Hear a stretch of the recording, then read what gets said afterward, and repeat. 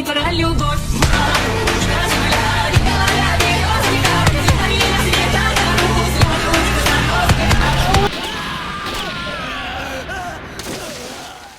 सब कुछ के बिल्कुल साइलेंस और उस अंधेरा थ्रोन खड़ा है और उस पर बैठा है एल, काम, बेफुट, बस देख रहा है। उसके पीछे पावर की शैडोज खामोश गार्डियंस की तरह खड़ी है, एक तरफ लाइट, दूसरी तरफ मिसा, और उन सब के ऊपर बैकग्राउंड में जस्टिस का सिंबल भारी होकर लटका है, जैसे पूरी दुनिया का जजमेंट यही होने वाला हो। Hey everyone, welcome back. आज हम एंटर कर रहे हैं Death Note chapter 13 the countdown में, और यहीं से गेम और भी डेंजरस हो जाता है। अब तक जो माइंड गेम्स हमने देखे थे वो सिर्फ शुरुआत थी। ट्रस्ट और सस्पिशन के बीच की जो पतली सी लाइन थी वो अब धीरे धीरे क्रैक होने लगी है। लाइट अपना नेक्स्ट मूव प्रिपेयर कर रहा है, एल अपनी ग्रिप और टाइट कर रहा है। हर एक्शन कैलकुलेटेड है, हर साइलेंस के पीछे वेट है। ये अब सिर्फ इन्वेस्टिगेशन नहीं रही, ये ईगोज का क्लैश है, ये इंटेलिजेंस की वॉर है, और इस गेम में मिस्टेक्स के लिए बिल्कुल भी रूम नहीं है। So let us begin chapter 13 the countdown. पहला पैनल अंधेरे में खुलता है। एक लड़की हमसे दूर जाती हुई दिखाई देती है। उसकी बैक हमारी तरफ है। बैकग्राउंड पूरी तरह ब्लैक है, जैसे उसके आसपास की दुनिया पहले ही एरेज हो चुकी हो। उसकी सिलुएट के पीछे तेज शार्प रेस फटती हुई नजर आती है। उसे एलिमिनेट करना ही होगा। ये शब्द ठंडे हैं, फाइनल। उस सोच में जरा सी भी हेजिटेशन नहीं है। अगला पैनल आउटडोर सीन में शिफ्ट होता है। एक क्वाइट स्ट्रीट, पैरों के नीचे साइडवॉक की टाइल्स। वो एक लाइट हेयर वाले यंग मैन के साथ चल रही है। उसका एक्सप्रेशन काम है, लेकिन उसकी आंखें बहुत आगे तक सोच रही है। उसने ये सब कैसे फिगर आउट किया, ये अब मैटर नहीं करता। इस वुमन को जो कुछ भी पता है वो सब ट्रू है। उसका चेहरा कंपोज रहता है, लेकिन अंदर कैलकुलेशंस तेजी से रन कर रही है। सीन थोड़ा और क्लोज आता है। अगर ये इंफॉर्मेशन पुलिस तक पहुंच गई तो उन्हें ये समझने में ज्यादा टाइम नहीं लगेगा कि लाइट यागामी ही किरा है। ये नाम हवा में भारी होकर ठहर जाता है। फाइनल पैनल सीधे उसकी आंख पर जूम करता है, वाइड फोकस्ड और शार्प। उसका काम मास्क बस एक पल के लिए क्रैक होता है। एक रियलाइजेशन उसके अंदर फ्लैश करता है। ये अब कोई छोटा प्रॉब्लम नहीं है, ये एक थ्रेट है, और थ्रेट्स को डील करना ही पड़ता है। एनपीए बिल्डिंग का स्टेराइल लॉबी याद में बस जाता है। पॉलिश्ड फ्लोर्स, रिजिड वॉल्स, और ऊपर हाई पर लगी सिक्योरिटी कैमरा साइलेंट, और अनब्लिंकिंग नीचे बेंच पर लाइट यागामी बैठा है नाओमी मिसोरा के साथ। दोनों की फिगर्स सर्वेलेंस की भारी शैडो के नीचे छोटी लग रही है। अब फोरग्राउंड में लाइट का चेहरा भर जाता है, शार्प आइज, कंपोज एक्सप्रेशन, हर मूवमेंट बिल्कुल मेजर्ड। उसके अंदर कोई पैनिक नहीं, सिर्फ कैलकुलेशन है। जब मैंने उससे एनपीए बिल्डिंग में बात की थी, उसकी इंटरेस्ट कैच करने के लिए मैंने ध्यान रखा कि मेरी बैक सिक्योरिटी कैमरा की तरफ न हो। उसने सब कुछ पहले से सोचा था, एंगल, डिस्टेंस, ब्लाइंड स्पॉट। इस एंगल से वो लोग मेरे लिप्स पढ़ ही नहीं सकते। उसकी गेज पूरी तरह स्टेडी है, कॉन्फिडेंस लक में नहीं बल्कि परफेक्ट प्लानिंग में रूटेड है। सर्वेलेंस कैमरा फ्रेम में डोमिनेट करती है कोल्ड और मैकेनिकल। उसका लेंस बाहर की तरफ स्टेयर करता है, सब कुछ रिकॉर्ड करता है, लेकिन कुछ फील नहीं करता। लाइट की रीजनिंग क्वाइट सर्टेनिटी के साथ अनफोल्ड होती है, और वैसे भी सिक्योरिटी कैमरास सिर्फ सर्वेलेंस के लिए होती है। अगर कुछ अनयूजुअल नहीं हुआ तो टेप कभी इंस्पेक्ट नहीं होगी। Procedure routine, human laziness disguise की तरह सिस्टम एफिशिएंसी में। फिर उसकी कैलकुलेशन का फाइनल लेयर सेटल होता है। तो जब तक ये वुमन यही नहीं मरती या किसी इंसिडेंट में इन्वॉल्व नहीं होती, पुलिस कभी टेप रिवाइंड करके नहीं देखेगी। इस थॉट में कोई इमोशन नहीं है, सिर्फ स्ट्रैटेजी है। सिटी स्ट्रीट पर सॉफ्टली स्नो गिरती है, पेवमेंट को व्हाइट साइलेंस से ढकती हुई टॉल बिल्डिंग्स पीछे उठती है, और दुनिया अपनी ऑर्डिनरी रिदम में चलती रहती है। लाइट यागामी नाओमी मिसोरा के पास चलता है। उसका पोस्चर रिलैक्स्ड है, हाथ कोट पॉकेट्स में, एक्सप्रेशन अटेंटिव लेकिन कंट्रोल्ड। नाओमी थोड़ी तरफ मुड़ती है, डार्क हेयर उसके काम, लेकिन डिस्टेंट फेस को फ्रेम करती है। ओ नथिंग। एक छोटी पॉज उनके बीच लटकी रहती है। लाइट उसे ध्यान से देखता है उसकी रिएक्शन स्टडी करता है, आवाज मेजर्ड। क्या हुआ? स्नो धीरे धीरे गिरती रहती है, क्वाइट डेलिकेट, और इस काम सरफेस के नीचे टेंशन छुपी हुई है, इनविजिबल लेकिन अनमिस्टेकेबल। सर्दियों की हवा उनके चारों ओर ठहरी हुई है, क्वाइट स्ट्रीट पेल लाइट और लंबे शैडो से फ्रेम्ड। लाइट का चेहरा काम, कंपोज्ड, ऑलमोस्ट जेंटल है। उसकी आंखें स्टेडी है जब वो बोलता है, वॉइस मेजर्ड और रिफ्लेक्टिव। मैं बस वही सोच रहा था जो तुमने कहा। एक ब्रीफ पॉज होती है, बस इतना कि केयरफुल कंसिडरेशन का एहसास हो। और मैं सच में कन्विंस्ड होने लगा हूं कि तुम सही हो। हमें ये थ्योरी जल्दी से जल्दी इन्वेस्टिगेट करनी चाहिए। वो रीजनेबल लगता है, कोऑपरेटिव, ऑलमोस्ट रीअश्योरिंग। उसके सामने यंग वुमन उसकी एक्सप्रेशन को क्लोजली स्टडी करती है। उसकी पोस्चर अपराइट है, गार्डेड लेकिन हॉस्टाइल नहीं। तुम ऐसा सोचते हो? एक बीट गुजरती है, उसकी रिप्लाई में कोई हेजिटेशन नहीं। हाँ, बस इतना ही। एक सिंगल वर्ड, फर्म और कंट्रोल्ड। उसकी आइज थोड़ी नैरो हो जाती है। अब कॉशियस, क्या तुमने किसी और को बताया है? उसके चेहरे में फेंट टेंशन है, सटल वरी क्वेश्चन के पीछे। नहीं, तुम पहली हो। उसका जवाब स्मूथ आता है, बिना किसी डाउट के। लाइट के पीछे, जिसे वो नहीं देखती, एक टावरिंग ग्रोटेस्क फिगर लूमिंग है, क्रूकेड ग्रिन और ग्लोइंग आइज के साथ। रियुक अम्यूजमेंट के साथ देख रहा है। लाइट पीछे तक ग्लांस नहीं करता। मुझे ये बताने की जरूरत नहीं रियुक। उसका टोन लो, कंट्रोल्ड है। रियुक क्लोजर लीन करता है। डिलाइट उसकी आवाज में कर्लिंग है। हे लकी ब्रेक, लेकिन तुम उसे कैसे ऑफ करोगे? यही करना अच्छा आइडिया नहीं होगा। लाइट के काम एक्सटीरियर और उसके पीछे सिनिस्टर विस्पर का कॉन्ट्रास्ट चिलिंग है। एक क्लोजअप पेन का जो पेपर के ऊपर पॉइज्ड है, फिंगर स्टेडी, इंटेंट प्रिसाइज। हो यहां आता है। रियुक की एंटिसिपेशन हवा में वाइब्रेट करती है जब पेन मूव करना शुरू करता है। लाइट उसके सामने खड़ा है, नोटबुक हाथ में open, expression neutral, almost studious. क्या तुम मुझे उस बस जैकिंग की डेट और टाइम बता सकती हो? वो प्लेनली जवाब देती है, अनअवेयर की क्वेश्चन के पीछे कितना वेट है। 20 दिसंबर। शब्द ऑर्डिनरी और रूटीन लगते हैं, फिर भी कुछ इरिवर्सिबल अनफोल्ड हो रहा है। दूर से दोनों किसी क्वाइट साइडवॉक पर स्टूडेंट्स की तरह लगते हैं। वो उसकी तरफ चलती है, अनअवेयर। वो पेज पर देखता है, पेन हाथ में, मूवमेंट्स कंट्रोल्ड और डेलिबरेट। स्नो डस्टेड ग्राउंड, काम स्काई, ऑर्डिनरी डे। लेकिन इस काम के नीचे डिसीजन पहले ही लिखा जा चुका है। नोटबुक उसके हाथ में फर्मली रेस्ट करता है। पेज पहले ही नीट और क्लियर हैंडराइटिंग से भरा हुआ है। उसकी वॉच की मेटल बैंड सॉफ्टली लाइट में चमक रही है और पेन पेपर के पास लिंगर करता है, जैसे कुछ इंपॉर्टेंट लिखने की तैयारी हो। पेज पर डेलिबरेट क्लैरिटी के साथ लिखा है, शोको मैकी, सुइसाइड, 1 जनवरी 2004 को 1:15 से शुरू। वो सिर्फ ये सोचता है कि कैसे कोई प्रॉब्लम ना हो और उसका प्लान सेफ तरीके से पूरा हो जाए। And her body will not be discovered and dies by implementing this plan within 48 घंटे। शब्द मेथोडिकल है, लाइंस में कोई ट्रेमर नहीं है, सिर्फ प्रिसिशन है। उसके पीछे एक लंबा स्केलेटल फिगर शैडो से आगे झुक रहा है। उसके जैगेड टीथ एक स्ट्रेच्ड, डिलाइटेड ग्रिन में खुले हुए हैं। उसकी आंखें मॉर्बिड अम्यूजमेंट से चमक रही हैं, जैसे वो लिखी हुई फेट को बड़े ध्यान से स्टडी कर रहा हो। वो क्वाइटली रिएक्ट करता है, वॉइस काम है। This seems interesting. ये तरीका शायद अननोटिस्ड रहेगा। उसका एक्सप्रेशन काम और स्टेडी रहता है, और अगर ये इवेंचुअली डिस्कवर हो भी जाए तो लोग रीजन समझ नहीं पाएंगे। यंग मैन फ्लिंच नहीं करता। उसकी आइज नोटबुक पर लो रहती है, काम और कैलकुलेटिंग, और इम्प्लीकेशंस बिना किसी इमोशन के एब्जॉर्ब करता हुआ।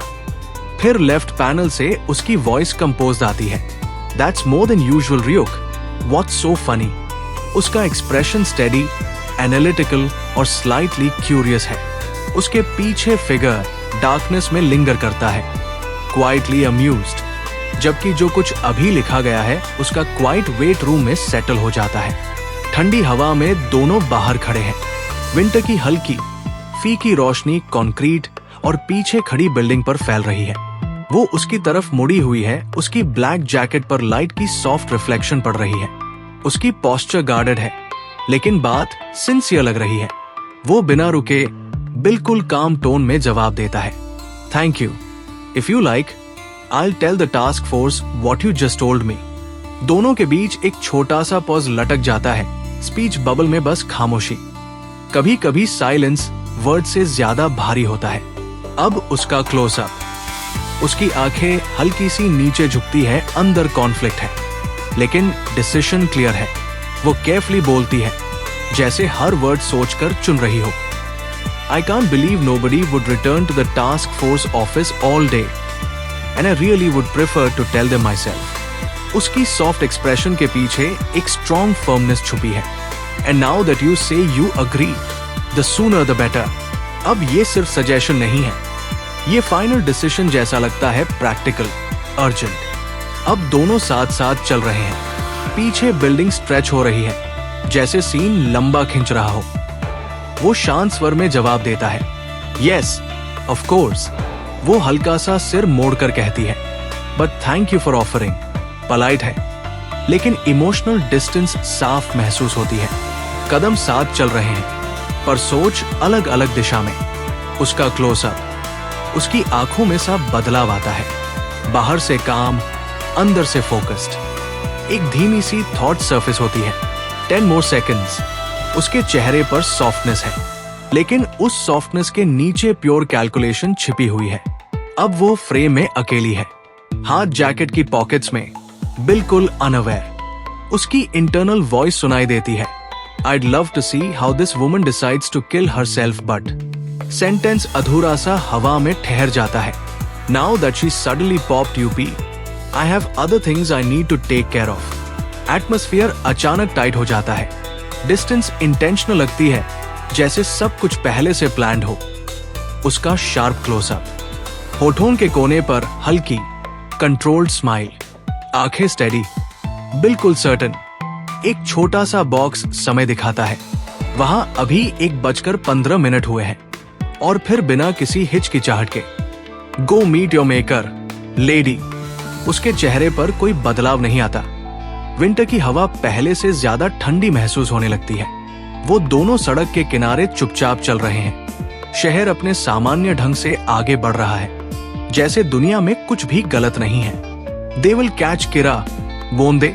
उसका सवाल शांत है, लेकिन उसके पीछे गहराई है। एक पल के लिए लाइट का संतुलन डगमगाता है।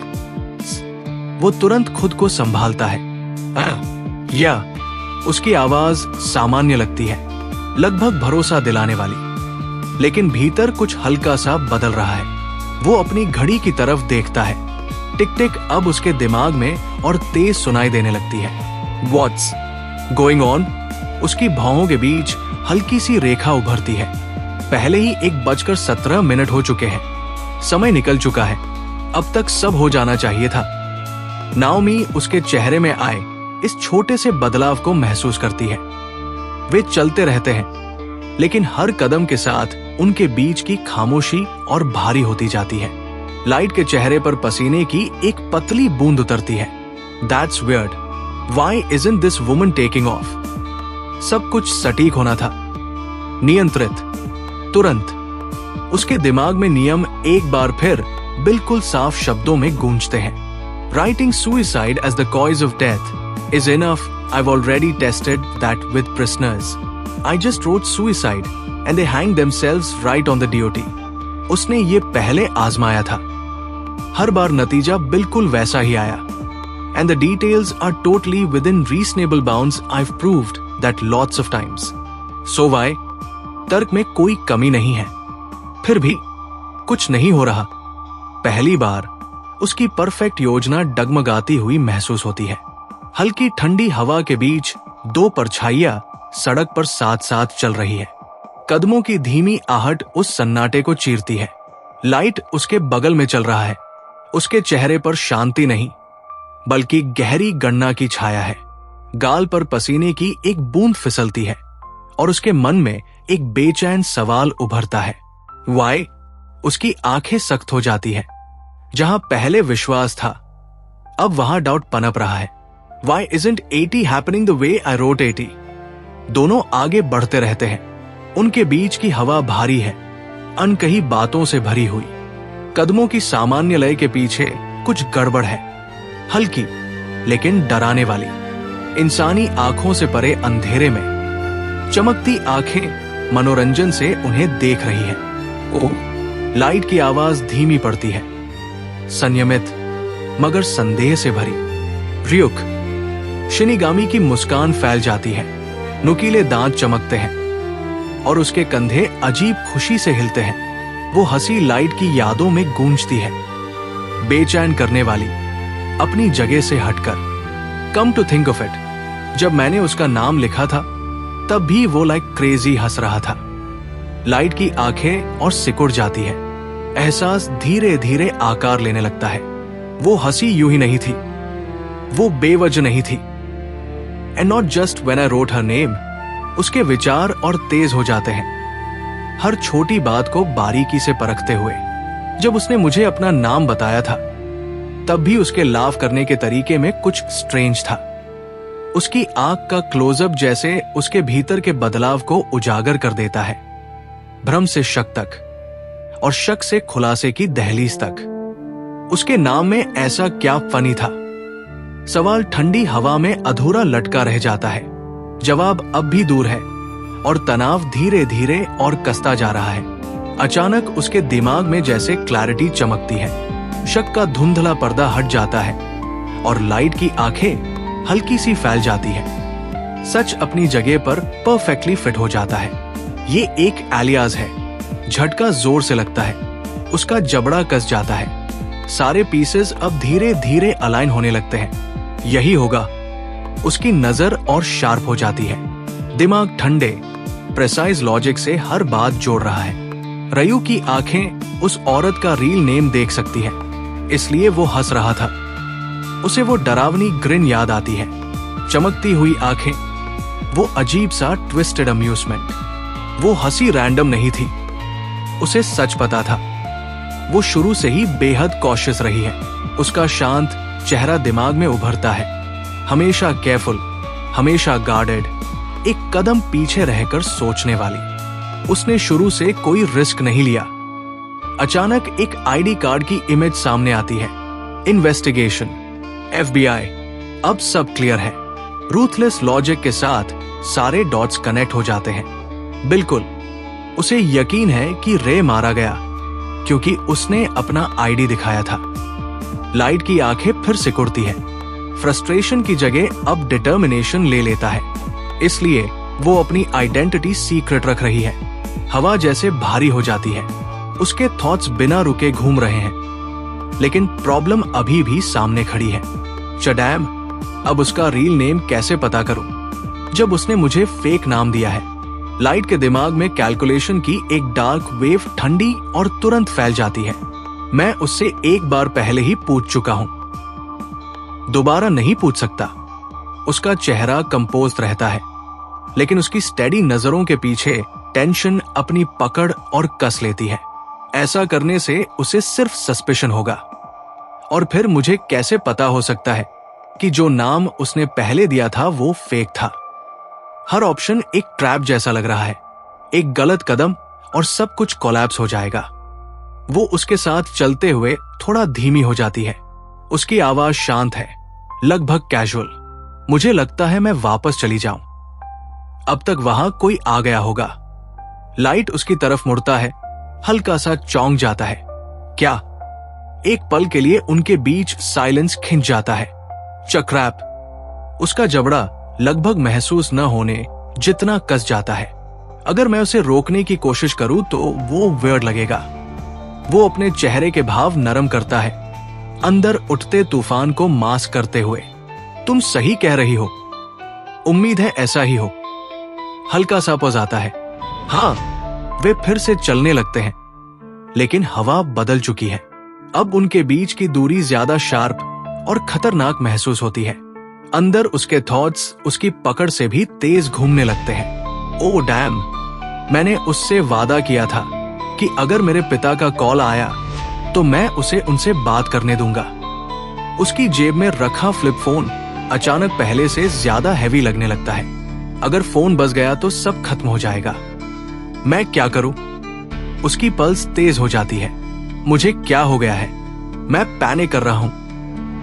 वो हल्का सा नजर नीचे करता है, अपनी सांस स्टेडी करता है। मुझे बस फोन ऑफ करना है। सॉल्यूशन सीधा है, ऑब्वियस है। फिर भी ये सोच आने के बाद भी टेंशन ढीली नहीं पड़ती। सड़क उनके आगे फैली हुई है, बिल्कुल ऑर्डिनरी, अनजान उस खामोश जंग से जो लाइट के दिमाग के अंदर चल रही है। एक कार पास से गुजरती है। उसकी हल्की सी आवाज पल भर के लिए हवा को चीर देती है। बिप। वे साथ साथ चलते रहते हैं, लेकिन उसके थॉट्स अब स्टेडी नहीं है। एक पतली सी पसीने की लकीर उसके कंटी के पास बनती है। अब क्या? उसकी आंखें हल्की सी सिकुड़ती है। कैलकुलेशंस अर्जेंसी से टकरा रही है। अगर मैं उसे वहां वापस जाने दूं, ये पॉसिबिलिटी उसके दिमाग में भारी होकर लटक जाती है, खतरनाक और अनसुलझी। वो एक पल के लिए नजर नीचे करता है, अपनी ब्रीदिंग को स्लो करने की कोशिश करता है। बस काम डाउन। उसका जूता सड़क पर दबता है, खुद को प्रेजेंट में ग्राउंड करते हुए। मुझे बस उसका नाम पता करना है। शब्दों में ये सॉल्यूशन सिंपल लगता है, लेकिन असल में बहुत दूर महसूस हो रहा है। उसके आगे वो नपे तुले कदमों से चल रही है, पीछे उठते तूफान से अनजान। उसकी नजर हल्के से उसकी पीठ की तरफ खिसकती है। उसका पर्स, उसके पॉकेट्स। उसकी नजर और शार्प हो जाती है, असेस करते हुए। उसके पास जरूर ड्राइवर लाइसेंस या कोई आईडी होगी। ये सोच ठंडी प्रैक्टिकलिटी के साथ बनती है। वो फिर नजर उठाता है, चेहरा रिजॉल्व से सख्त हो जाता है। वो एक औरत है। ये शब्द इमोशन से नहीं, कैलकुलेशन का हिस्सा है। एक और डार्क ऑप्शन उभरता है और वो उससे नजर नहीं चुराता। अगर जरूरत पड़ी तो मैं फोर्स यूज कर सकता हूं। ये सोच बैठते ही हवा और हैवी महसूस होने लगती है। वो चलता रहता है, बाहर से कंपोज्ड, लेकिन अंदर हर कदम के साथ एक और ज्यादा खतरनाक चॉइस के किनारे खड़ा। वे फुटपाथ पर चलते रहते हैं। उनके कदम ठंडी सड़क पर स्टेडी पड़ रहे हैं। शहर दबा हुआ सा महसूस होता है। हवा पतली और विंटर ड्राई है। न्यू ईयर की वजह से जगह लगभग डेजर्टेड है, लेकिन आसपास लोग हैं। डिस्टर्बेंस नहीं कर सकता। लाइट बिना पूरा सिर घुमाए आसपास स्कैन करता है। अपार्टमेंट बिल्डिंग्स, दूर दूर कुछ पेडेस्ट्रियंस, हर तरफ खुली विजिबिलिटी। सिक्योरिटी कैमरा ने मुझे इस औरत के साथ सिर्फ 10 मिनट पहले रिकॉर्ड किया है। ये मत भूलो। ये याद आते ही उसका जबड़ा कस जाता है। अब हर मूव सिर्फ वो खुद नहीं नाप रहा, शायद कोई अनसीन ऑब्जर्वर भी देख रहा हो। उसके आगे वो कंपोस्ट कदमों से चल रही है, पीछे उठते तूफान से अनजान। उसे किसी जगह ले जाओ, ये ख्याल बनता है, टेम्पटिंग लेकिन रेकलेस। कहां और किस प्रीटेक्स्ट पर? ये अल्ट्रा कॉशियस औरत। वो तुरंत इस आइडिया को तोड़ देता है। वो केयरलेस नहीं है, नाइव नहीं है। कोई भी अजीब सजेशन उसे अलर्ट कर देगा। उसे किसी सेक्लूडेड जगह ले जाने का कोई बिलीवेबल एक्सक्यूज नहीं है। एक पल के लिए फ्रस्ट्रेशन उसके कंपोस्ट चेहरे के पीछे चमकती है। नहीं, मुझे इसे किसी और एंगल से करना होगा। उसकी ब्रीदिंग स्टेडी हो जाती है। पैनिक बेकार है, फोर्स रेकलेस है। उसे स्ट्रैटेजी चाहिए। मुझे पता है मैं कर सकता हूं। कोई तरीका निकालूंगा कि वो अपना रियल नेम खुद बताए।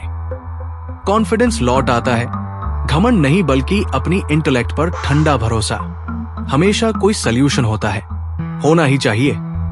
उसके पीछे हवा में लगभग लेजली तैरते हुए रयुक थोड़ा और करीब झुकता है।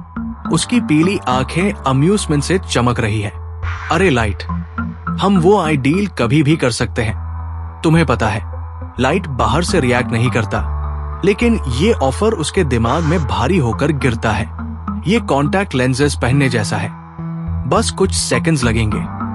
ये शब्द हवा में ठहर जाते हैं। सिंपल, इजी, सच तक सीधी पहुंच। लाइट की नजर सामने ही रहती है, चेहरा अनरीडेबल। शॉर्टकट सामने है, लेकिन उसके साथ कॉस्ट भी है और वो चलता रहता है। रियुक की टेढ़ी मेढ़ी मुस्कान अंधेरे में और चौड़ी हो जाती है। उसकी चमकती आंखें मजाक उड़ाती हुई चमकती है। क्या तुम मजाक कर रहे हो? इस औरत के लिए मैं अपनी आधी लाइफ टाइम दे दूं? लाइट यागामी उसकी तरफ देखता भी नहीं। उसकी आवाज ठंडी, पूरी तरह अडिग है। या किसी और चीज के लिए? नहीं, मैं वो डील कभी नहीं करूंगा, बिल्कुल नहीं। झुंझलाहट साफ दिखती है। उसकी आंखों में गुस्सा चमकता है और वो तीखे स्वर में कहता है, बस चुप हो जाओ शिनिगामी, मुझे अकेला छोड़ दो। तनाव बाहर शिफ्ट हो जाता है। एनपीए बिल्डिंग की ऊंची फेसाड के नीचे लाइट उसके सामने खड़ा है, एक पल के लिए थोड़ा सा असमंजस में। वो हल्का सा सिर झुकाकर उसे देखती है। हाँ, उसकी नजरें स्थिर रहती है जब वो पूछती है, क्या तुम्हें एनपीए वापस जाना है? उसके हाव भाव में जरा भी शक नहीं, बस शांत सा भरोसा है, क्योंकि मैं अपने आप ठीक रहूंगी। एक छोटी सी खामोशी दोनों के बीच ठहर जाती है। लाइट अपनी नजर उठाता है। उसका चेहरा फिर से शांत और कंपोज्ड हो जाता है। ओह, ऑफ कोर्स। बर्फ धीरे धीरे ग्रे स्काई से गिरती हुई उस ऊंची बिल्डिंग की दीवारों से टकरा रही है। पूरा स्ट्रक्चर ठंडा और बिल्कुल इमूवेबल खड़ा है। उसकी विंडोज फीकी विंटर लाइट को रिफ्लेक्ट कर रही है। सब कुछ इतना स्टिल है जैसे पूरा सिटी एक गहरे होश में रुक गया हो। अंदर की हवा हैवी है, हर तरफ रिस्ट्रेंट और दबा हुआ टेंशन महसूस हो रहा है। एल सोफा के एज पर पर्च्ड है, घुटने पास खींचे हुए, बेफुट और थोड़ा हंच्ड। उसकी शार्प आइज कमरे में बैठे हर इंसान को केयरफुली ऑब्जर्व कर रही है। बाकी सब लो टेबल के अराउंड फॉर्मल पोस्चर में बैठे हैं, कप्स और सॉसेस सामने रखे हैं, लेकिन अनटच्ड सूट्स के नीचे उनके शोल्डर स्टिफ है। एल सबसे पहले बोलता है। उसकी टोन काम है, ऑलमोस्ट जेंटल, भले ही मोमेंट काफी सीरियस हो। मैं आप सबको इस तरह इंटेरोगेट करने के लिए बहुत सॉरी हूं, लेकिन अब मैं क्लियरली कह सकता हूं। वो हल्का सा पॉज लेता है, उंगली अपने लिप्स के पास टिकाए, गेज स्टेडी और अनवेवरिंग। किरा यहां हमें से किसी के बीच मौजूद नहीं है। कमरे में हल्की सी सरप्राइज की वेव दौड़ जाती है। एक आदमी थोड़ा आगे लीन करता है। उसकी ब्राउज निट हो जाती है, जैसे वो एल के चेहरे में सर्टेनिटी ढूंढ रहा हो। रियुजाकी, आपको इतना श्योर किस बात से है? सवाल कमरे की क्वाइट हवा में लटका रह जाता है। पोर्सलेन की हल्की क्लिंक और कपड़ों की सॉफ्ट रस्टल के साथ मिलकर एल वैसे ही क्राउच रहता है, उसकी वाइड आई सब कुछ एब्जॉर्ब करती हुई। एक्सप्रेशन अनरीडेबल, टेंशन अब और डीपर और ज्यादा कॉम्प्लिकेटेड साइलेंस में बदल जाता है। एल की गहरी आंखें हल्का सा नैरो होती है। उसके होंठों पर एक फेंट नोइंग सी स्माइल आ जाती है। उसकी वॉइस काम है, ऑलमोस्ट कॉन्वर्सेशनल। अगर सिंपल शब्दों में कहूं तो मैंने एक छोटा सा ट्रिक तैयार किया था, ये टेस्ट करने के लिए कि आप किरा है या नहीं। वो बिना ब्लिंक किए सबकी तरफ देखता रहता है, जैसे उसकी बातों का मतलब कमरे में ठंडी फ्रोस्ट की पतली लेयर की तरह फैल रहा हो। फिर उतनी ही इवन टोन में कहता है, लेकिन मुझे आप में से किसी पर भी उसे यूज करने की जरूरत महसूस नहीं हुई। सामने बैठे आदमी सोफा पर स्टिफ होकर बैठे हैं, एक शॉक में चुपचाप आगे देख रहा है। दूसरे की ब्राउज उसके ग्लासेस के पीछे हल्का सा उठ जाती है। तीसरे की आंखें थोड़ी वाइडन हो जाती है। सब उसके वर्ड्स को साइलेंटली एब्जॉर्ब कर रहे हैं, कोई कुछ नहीं बोलता। उसकी कॉन्फिडेंस का वेट उन पर साफ महसूस हो रहा है। अचानक एक साउंड उस स्टिलनेस को काट देता है। Beep beep beep beep. Sharp electronic tone बार बार रिपीट होता है। एल हल्का सा अपने पॉकेट की तरफ ग्लांस करता है। Excuse me. उसके पास बैठा एक इन्वेस्टिगेटर कंफ्यूज्ड और थोड़ा अननॉड होकर देखता है। अरे, हमें फोन्स ऑफ करने को कहने के बाद एल पहले ही फोन को अपने ईयर तक ले चुका है। उसका पोस्चर अब भी हंच्ड है, एक्सप्रेशन बिल्कुल सैम। उसकी वॉइस क्वाइट और डायरेक्ट है। ठीक है, हम भी अभी फिनिश कर चुके हैं, अपनी की यूज करके खुद अंदर आ जाइए। वो एक ब्रीफ पॉज लेता है, सामने की बात सुनते हुए, फिर बिना ऊपर देखे रूम में अनाउंस करता है, वतारी यहाँ आ गए हैं। एटमॉस्फेयर फिर से सटली शिफ्ट हो जाता है, लेकिन क्लियर है। कई हेड्स डोर की तरफ टर्न हो जाते हैं। टेबल पर रखे टी कप्स वैसे ही अनटच्ड पड़े हैं। उनकी स्टीम कप की फेड हो चुकी है। दरवाजा बिना झिझक खुलता है और एक बुजुर्ग सज्जन ऐसे अंदर कदम रखते हैं जैसे कमरे की रिदम उन्हीं के इशारे पर चलती हो। उनका ब्लैक सूट बिल्कुल इमैक्युलेट है, पोस्चर सीधा और मजबूत, हर मूवमेंट नपातुला और डेलिबरेट। वो हल्की शालीनता से अपनी हैट उठाते हैं, कैन एक हाथ में सलीके से थामी हुई, दूसरे हाथ में सूटकेस स्थिर। उनकी मौजूदगी शांत, लगभग सेरेमोनियल है, और फिर उनकी आवाज खामोशी को चीरती है। नमस्कार सज्जनों। आवाज नरम है, मगर हवा अचानक भारी हो जाती है। कमरे के दूसरे कोने में एक यंग आदमी क्राउच होकर बैठा है, ठुड्डी उंगलियों से टिकाए, आंखें तेज और बिना पलक झपकाए। वो कुछ नहीं बोलता, सिर्फ ऑब्जर्व करता है। हर छोटी डिटेल उसकी नजर में दर्ज हो रही है। तभी रिएक्शन फूट पड़ता है। क्या? कई आदमी शॉक में उछल पड़ते हैं। चेहरों का रंग उड़ जाता है, आंखें फैल जाती हैं, होंठ हल्के खुले रह जाते हैं। जो कमरा अभी कुछ पल पहले कंट्रोल में था, अब टेंशन से गूंज रहा है। बुजुर्ग सज्जन एक पल के लिए आंखें बंद करते हैं, जैसे किसी साफ गलती से निराश हो। उनका टोन अब भी स्टेडी है, लगभग इंस्ट्रक्शनल, और वो साफ सटीक शब्दों में कहते हैं, इस तरह का गेटअप पहनकर यहां आना ऐसा है जैसे आप खुद एक साइन पकड़े खड़े हों जिस पर लिखा हो, मैं वायरा हूं। लोग तुरंत गैस कर लेंगे कि रयुजाकी इसी होटल में है। शब्द किसी वर्डिक्ट की तरह गिरते हैं। न कोई चिल्लाट, न कोई ड्रामा, बस एक सीधी अटल सच्चाई जो कमरे के बीचों बीच रख दी जाती है। और उस ठहराव में सबको अपनी गलती समझ आ जाती है। बुजुर्ग आदमी कमरे की ओर पीठ आंशिक घुमाकर खड़ा है, उसका पोस्चर स्थिर, उसकी मौजूदगी कंपोज्ड और अथॉरिटेटिव। सामने बैठे आदमी अब पहले जैसा शॉक में नहीं है, बल्कि सतर्क ध्यान से उसे देख रहे हैं। उसकी आवाज शांत और डेलिबरेट है, और अब वो महज औपचारिकता से कहीं ज्यादा महत्वपूर्ण बात कहने वाला है। मैं इस तरह अपना चेहरा आपको दिखा पा रहा हूं, यही इस बात का प्रूफ है कि रयुजाकी आप पर ट्रस्ट करता है। शब्द हवा में ठहर जाते हैं, गहरे अर्थ के साथ। मेज पर रखे कॉफी के कप अनटच्ड पड़े हैं, कंधे तन जाते हैं, नजरें एक दूसरे की तरफ घूमती हैं, जैसे हर कोई उस बात का मतलब समझने की कोशिश कर रहा हो। खामोशी को एक हिचकिचाती आवाज तोड़ती है, ओह जी हाँ शायद। उनकी सहमति अनईजी है, लगभग ऑटोमेटिक, जैसे शब्द पहले निकल गए हों और समझ बाद में आई हो।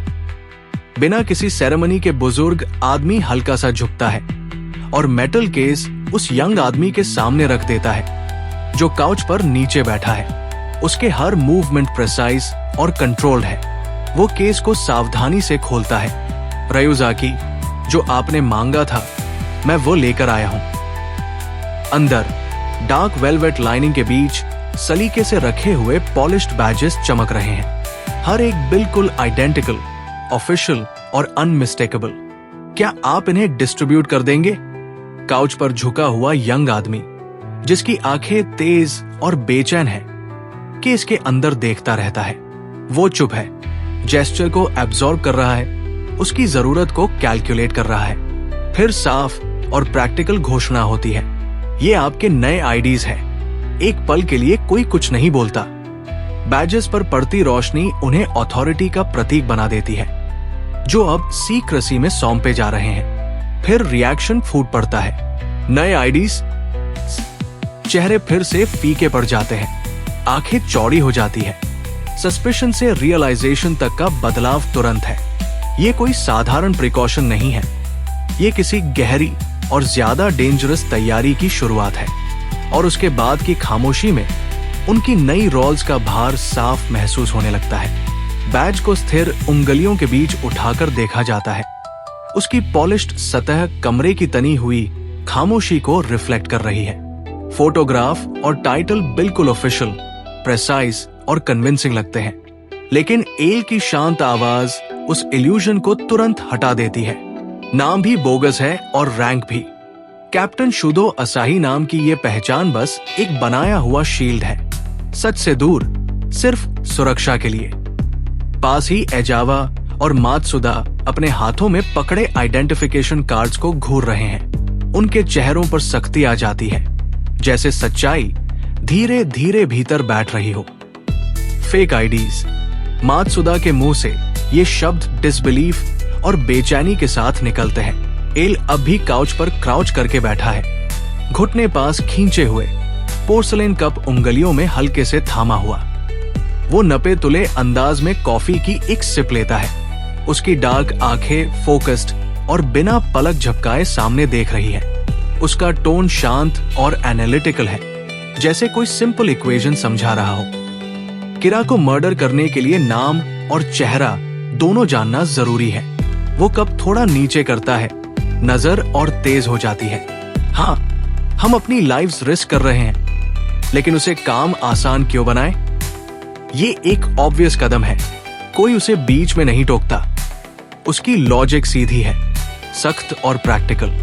मात्सुदा घबराहट में थोड़ा हिलता है, अपना आईडी जरूरत से ज्यादा कसकर पकड़ लेता है।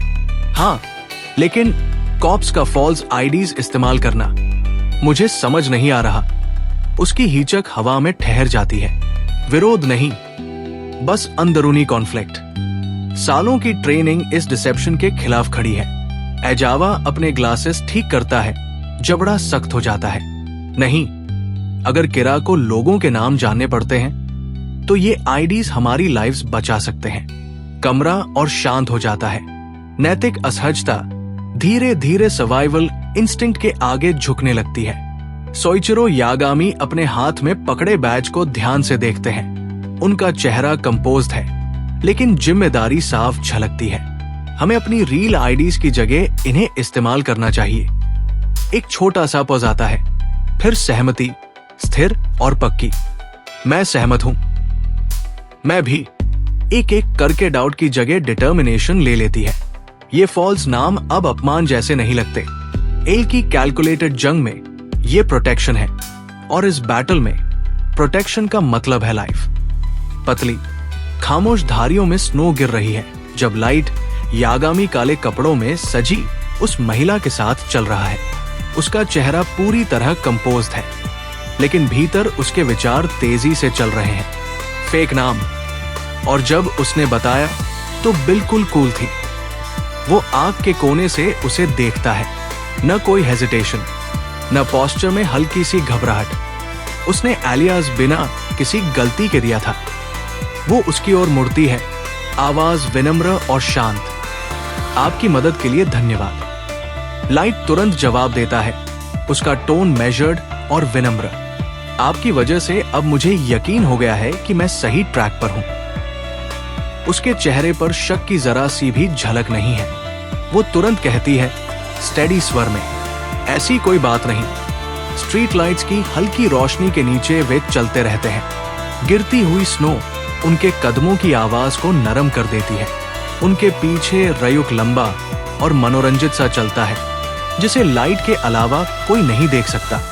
रयुक ने आइडियल की बात छेड़ी, बस वही काफी था। उसने मुझे पक्का एलियास दिया है। लाइट की नजर लगभग अदृश्य रूप से सख्त हो जाती है, और अगर वो वापस जाकर टास्क फोर्स को बता दे कि किरा शायद उस बस में था और उसके साथ रेपेनबर की सर्वेलेंस जुड़ जाए, तो मैं तुरंत सस्पेक्ट बन जाऊंगा। हर संभावना उसके दिमाग में सटीक तरीके से अपनी जगह ले रही है। हर रिस्क साफ दिखाई दे रहा है। वो लगभग 5 मिनट में एनपीए बिल्डिंग पहुंच जाएगी।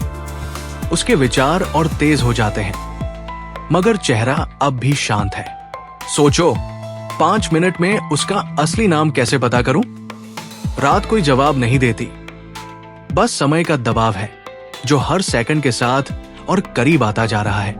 Here the chapter ends. Death note readers के लिए एक नोट। इसका उपयोग कैसे करें? डेथ नोट का असर 780 दिन से कम उम्र के लोगों पर नहीं पड़ेगा। अगर पीड़ित का नाम 4 बार गलत लिखा जाता है, तो डेथ नोट बेकार हो जाएगा।